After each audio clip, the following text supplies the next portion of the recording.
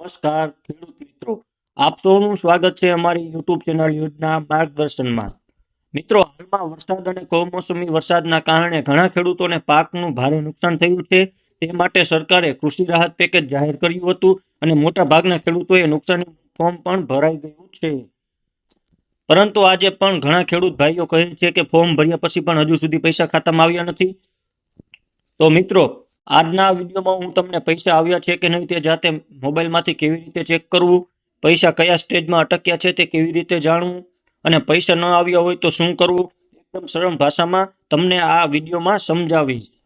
તો મિત્રો, કૃષિ રાહત પેકેજ સહાય કેવી રીતે મળે છે સૌપ્રથમ તે જોઈએ. તો સૌપ્રથમ સમજીએ કે સરકાર પૈસા કેવી રીતે આપે છે.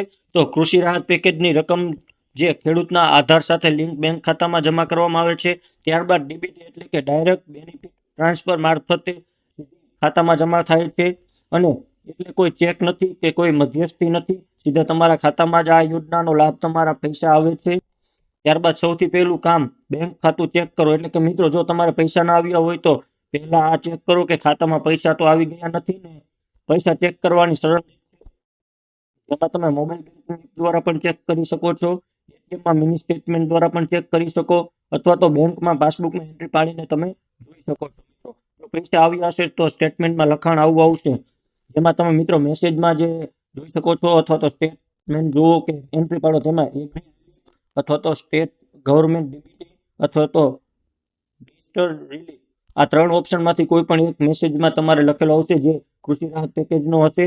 જો આવી એન્ટ્રી દેખાય તો સમજવું કે તમારી સહાય જમા થઈ ગઈ છે. ત્યારબાદ વાત કરીએ કે ખૂબ મહત્વનું છે જે આધાર ડીબીટી સ્ટેટસ ઓનલાઈન ચેક કરો, જેમાં મિત્રો ઘણા મિત્રોના પૈસા ડીબીટી બંધ હોવાના કારણે અટકેલા હોય છે. હવે હું તમને બતાવું છું કે મોબાઈલથી ડીબીટી સ્ટેટસ કેવી રીતે ચેક કરવી, જેમાં સ્ટેપ બાય સ્ટેપ તમને રીત બતાવીશ. જેમાં મોબાઈલમાં સૌપ્રથમ તમે ગૂગલ ખોલો, ત્યારબાદ લખો આધાર ડીબીટી સ્ટેટસ, ત્યારબાદ યુઆઈડીએઆઈની ઓફિશિયલ વેબસાઇટ ખોલવાની રહેશે, જેમાં તમારો 12 અંકનો આધાર નંબર નાખો. ત્યારબાદ નીચે તમે જે કેપ્ચા કોડ જોઈ રહ્યા છો તે કેપ્ચા કોડ નાખવાનો રહેશે. ત્યારબાદ તમે સેન્ડ ઓટીપી પર ક્લિક કરી શકો છો અને મોબાઈલમાં આવેલા ઓટીપી નાખવાના રહેશે. હવે તમને શું દેખાશે તો તમારે કયું બેંક ખાતું આધાર સાથે જોડાયેલ છે, જેમાં ડીબીટી એક્ટિવ છે કે ઇનએક્ટિવ.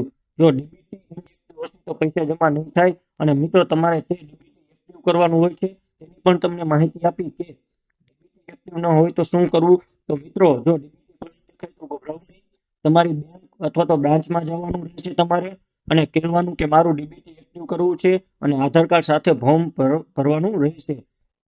ત્યારબાદ સામાન્ય રીતે 2 થી 3 દિવસમાં ડીબીટી એક્ટિવ થઈ જશે અને તમારા અટકાયેલા સહાયના રકમ તમારા ખાતામાં જમા થઈ શકે છે.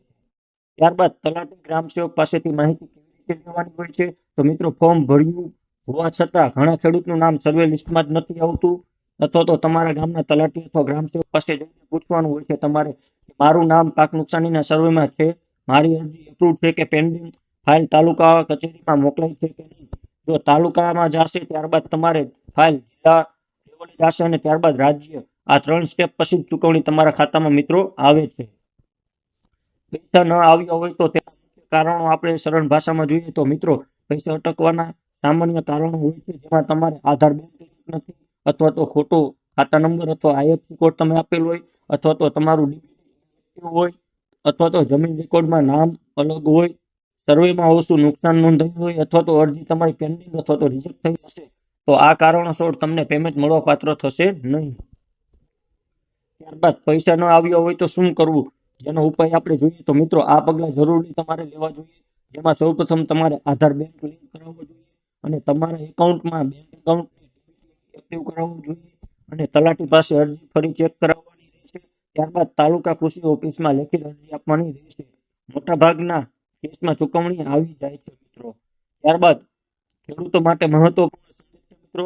ખેડૂત મિત્રો, પાક નુકસાનીની સહાય તમારો અધિકાર છે, પણ સાચી માહિતી ન હોવાના કારણે ઘણા ખેડૂતોને પૈસા મળતા નથી. આજે બતાવેલી રીતથી તમારું સ્ટેટસ જાતે ચેક કરી શકો છો અને જો અટક્યું હોય તો તરત જ સુધારો લાવી શકો છો. જો આ માહિતી તમને ઉપયોગી લાગી હોય તો વિડીયો લાઈક કરો અને ખેડૂત મિત્રો સાથે શેર કરો અને અમારી ચેનલ માર્ગદર્શનને સબસ્ક્રાઇબ કરો. જય કિસાન, જય હિન્દ.